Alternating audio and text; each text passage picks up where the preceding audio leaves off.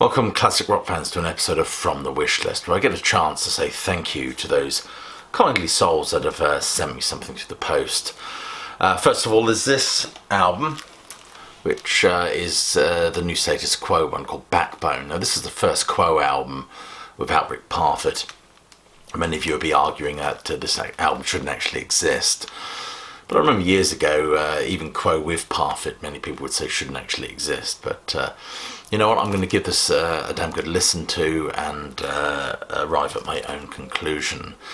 I have heard a couple of songs on YouTube and rather enjoyed those, so I think they've tried to go for a much heavier, earlier Quo sound with this. But I will look forward to listening to whoever sent me this. Thank you very, very much. There was no slip or anything, so you know who you are. And the next item on my wish list has really knocked me for six, and that's this one.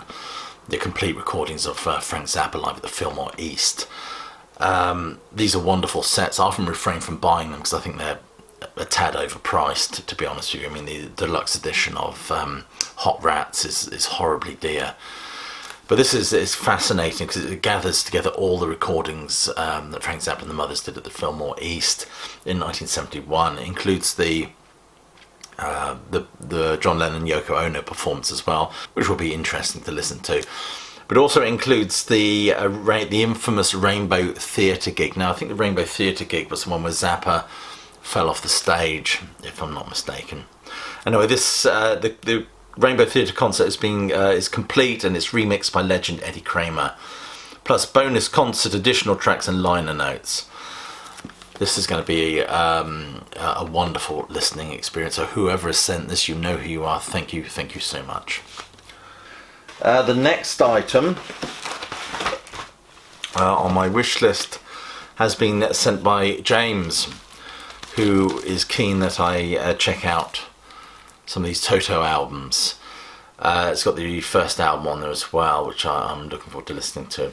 I don't have any Toto apart from I think the essential or best of Toto on my shelf behind me. Excuse me. So I will really look forward to listening to these, checking these out.